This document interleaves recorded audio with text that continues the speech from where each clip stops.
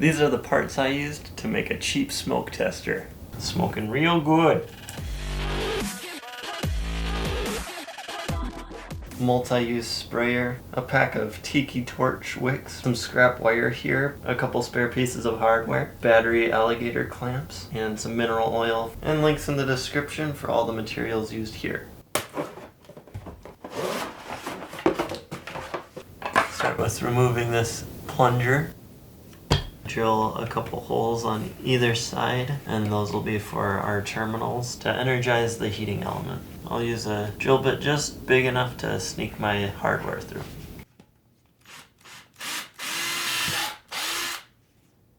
For the actual coil wire itself, I'll be using a thin guitar string, but any wire that you can get the resistance up to about 2 ohms should work. And with my resistance wire cut down to a length that provides a little over 2 ohms resistance, I'm going to go ahead and begin winding it around the wick.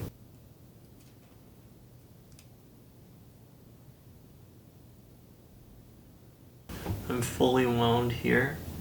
I'll do a second test on resistance now that it's all wound, and I get a resistance of 2.0, so that's great. Now I'll attach my hardware and install this into the canister. I've got my little tracer wire here. This wire around the threads of my bolt that I'm trying to pull through. And I'll do that on both sides. Now it's time to try to feed the bolt through.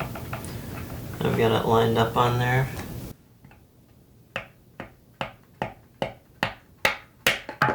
And this is some wizard shit right here, so don't be discouraged if you're having a tough time with it. I'll be hooking up the power wire for this thing. I've got equal length strips here. I'll tighten this up the best I can.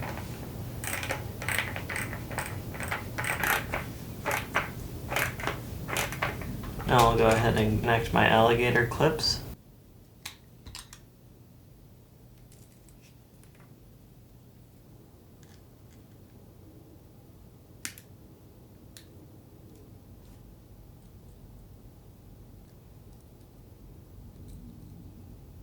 There we go.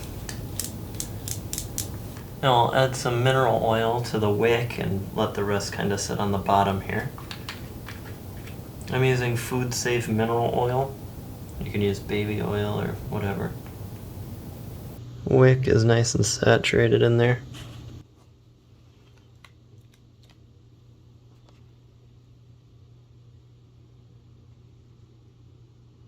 Reinstall the plunger.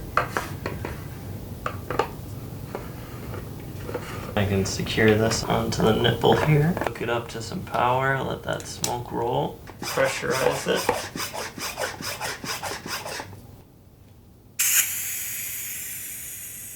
Oh yeah. It's a little difficult to see possibly, but it's smoking. Smoking real good.